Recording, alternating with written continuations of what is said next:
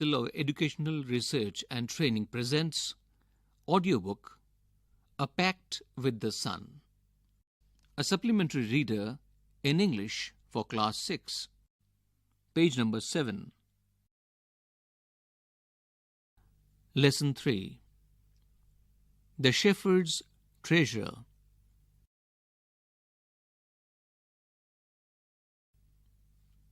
The synopsis for the first part of the story. A poor shepherd once lived in Iran. Though uneducated, he was very wise and helpful. The king decided to meet him in disguise. Now the story. In a village in Iran, there once lived a shepherd. He was very poor. He did not have even a small cottage of his own. He had never been to school or learned to read and write, for there were very few schools in those days. Though poor and uneducated, this shepherd was very wise. He understood people's sorrows and troubles and helped them face their problems with courage and common sense. Many people came to him for advice. Soon he became famous for his wisdom and friendly nature. The king of that country heard about him and thought of meeting him. Disguised as a shepherd and riding on a mule, one day the king came to the cave where the wise shepherd lived. Page number 8. As soon as the shepherd saw the traveller coming towards the cave, he rose to welcome him. He took the tired traveller inside the cave, gave him water to drink, and a share of his own meagre meal. The king rested for the night in the cave and was greatly impressed by the shepherd's hospitality and wise conversation. Now the synopsis of the next part of the story. The shepherd was able to make out that his visitor was none other than the king. The king made the wise shepherd governor of a small district. Other governors became jealous of the new governor and called him dishonest.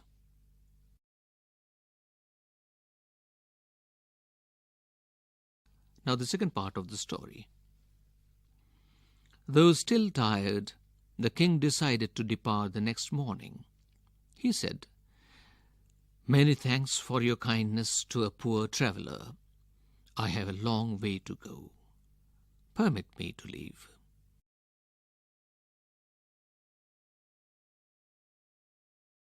Looking straight into the eyes of the guest, the shepherd replied, "Thank you, Your Majesty, for paying me the compliment of a visit."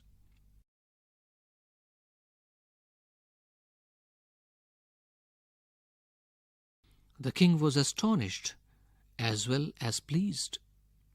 "He is indeed very wise," he thought to himself. "I need people like him to work for me." And the king appointed this humble shepherd the governor of a small district.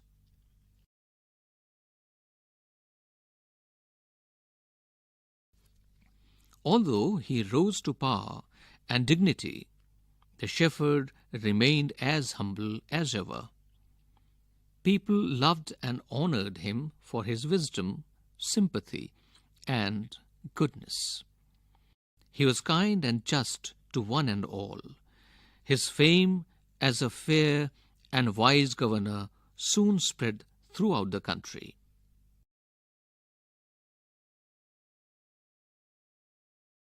Now the governors of other provinces grew terribly jealous of him and began to talk to the king against him. They said, "He is very dishonest and keeps for himself part of the money that he collects as tax from the people. Why did he always carry with him," they added, "an iron chest? Perhaps he carried in it the treasure that he had secretly collected. After all," they said mockingly, "he was an ordinary shepherd and could behave no better." Page number 9. Now the synopsis of the next part of the story. The new governor was called to the palace. He was ordered to explain why he always carried an iron chest. The chest contained no gold or silver.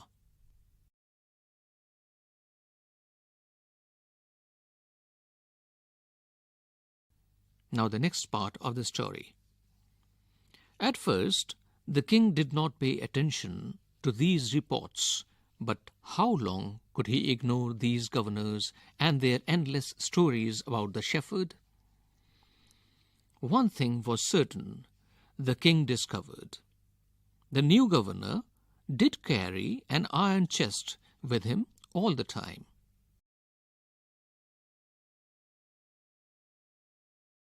So, one day, the new governor was summoned to the palace. He came riding on his camel, and to everyone's delight, the famous iron chest was there, fastened securely behind him on the camel's back.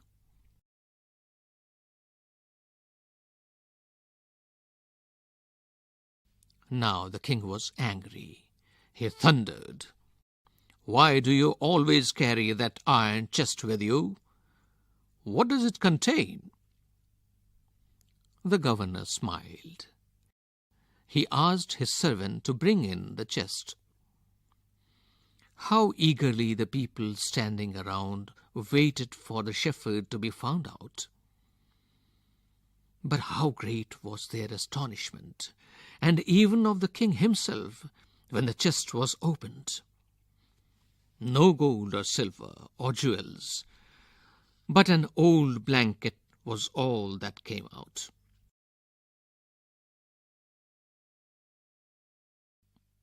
Page number 10.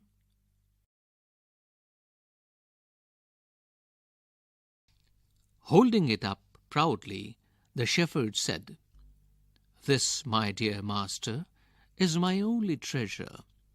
I always carry it with me."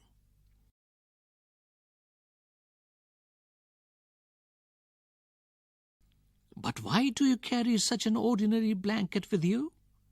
Surely you are the governor of a district?"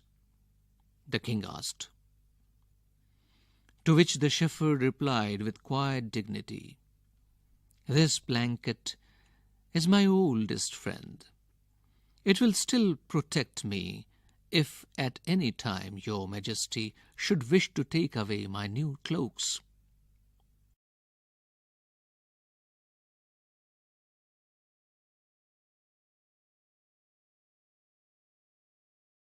How pleased the king was, and how embarrassed the jealous governors became to hear the wise man's reply. Now they knew that the shepherd was indeed the humblest and the wisest man in the land. The king made him the governor of a much bigger district that very day. This story has been taken from an Iranian folk tale. Now the questions. Question number 1. The shepherd hadn't been to school because A. He was very poor. B. There were very few schools in those days. C. He wasn't interested in studies. Choose the right answer from A, B, and C. Question number 2. Who visited the shepherd one day? and why? Question number 3. Why did the other governors grow jealous of the shepherd? Question number 4. Why was the new governor called to the palace? Question number 5. Why was everyone delighted to see the iron chest on the camel's back? Question number 6. Part A. What did the iron chest contain? Part 2. Why did the shepherd always carry it? Part C. Is it an example of the shepherd's humility or wisdom, or both? Question number 7. How did the king reward the new governor?